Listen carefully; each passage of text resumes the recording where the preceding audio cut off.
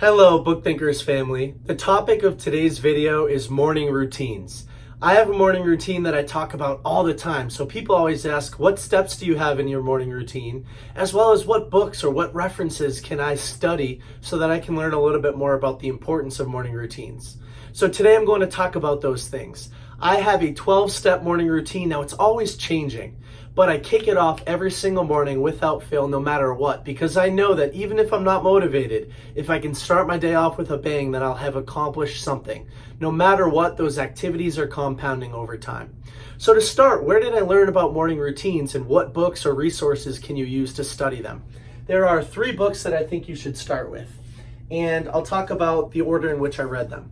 So The Miracle Morning by Hal Elrod. This is a fantastic resource for anybody who's just starting off with morning routines, who wants to learn about the activities of those people that are successful, what they're doing and why they're doing them. This was the first book that I read. I'll toss that over there. Next was My Morning Routine by Benjamin Spall and Michael Zander. This book is a collection of morning routines from some of the most successful people in the world and why they include those activities in their morning routine. I think it's a great resource. And then last but not least, something I read towards, I think it was the beginning of this year, was the 5 a.m. Club by Robin Sharma. How do people get astonishing results through their morning routines? This is a great resource. So after reading these books and participating in an accountability group that I have where I track activity with my friends, I thought, geez, I should stack some of these activities in the morning. Well, what activities do I want to accomplish before my workday kicks off and why? So it all starts with activity number 1, waking up in the morning, washing my face, and drinking a bunch of water. That's one thing that a lot of people don't do. They don't drink enough water. So I have this Build Life water bottle with markers throughout the day. It's 1 gallon. So if I drink this every day, I know I've had enough water. Washing my face, I've always had skin issues. I think that's something that I need to do every single morning. Otherwise, I'm not going to have a very pretty complexion. So number 2, every single morning, I read my daily affirmations. These are things that I want to be part of my active mind. I've actually framed my daily affirmations and they sit right to the right of my desk. So when I sit down at my computer in the morning and I open up my spreadsheet and I start my morning routine, I can read these daily affirmations. I make sure that they're part of my mind. So I'll put that away.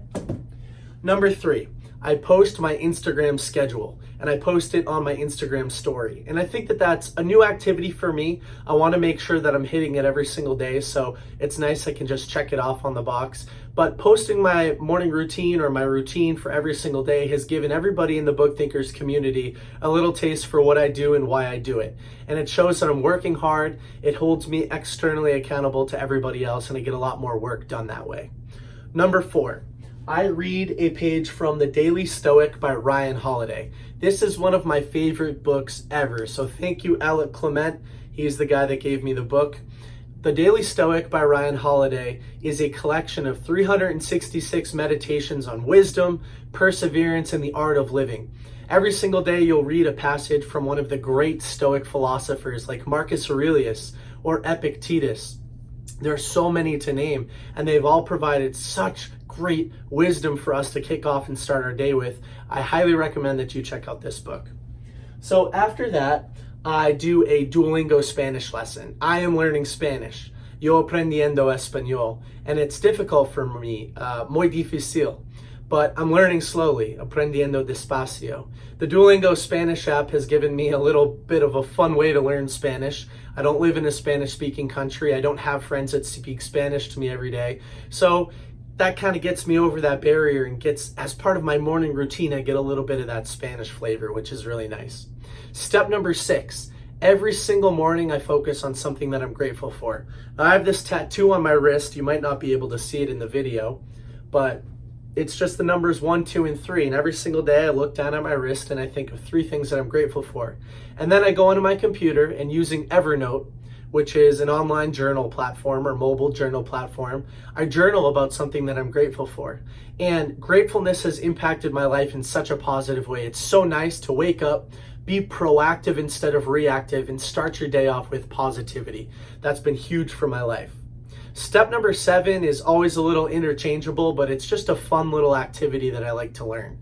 Right now I'm focusing on the Rubik's Cube, which is a nice little mental puzzle to figure out in the morning. I'm practicing, and this is how far I can get without actually using any directions or anything like that. And it's just, I don't know, it's a fun little activity.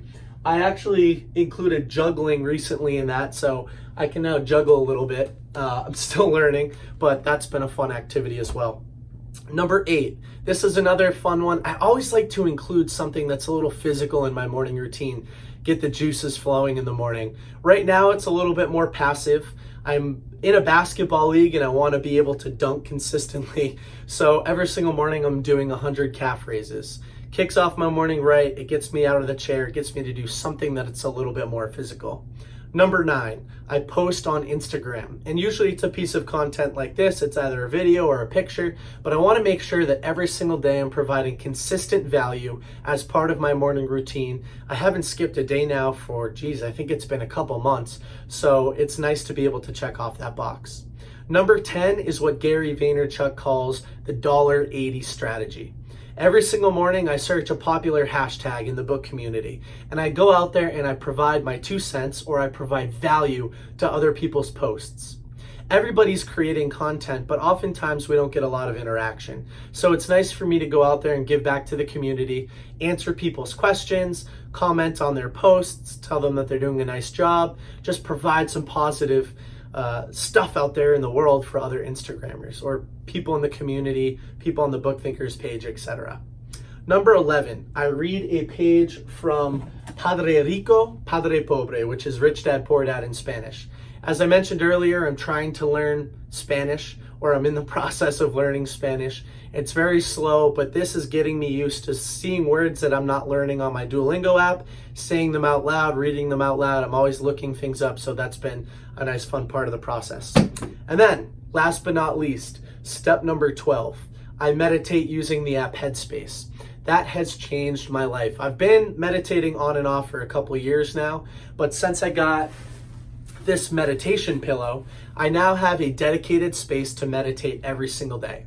I think I'm 60 days in. The app actually tracks your progress, keeps your streak. I'm 60 days in, and I feel so refreshed when I end my morning routine with meditation, and then I hit the ground running with my workday. So that's my morning routine. That's what I currently have in it. And I'd like to round out the video by talking a little bit about the compound effect, which has been so important in my life. These small activities, they compound over time.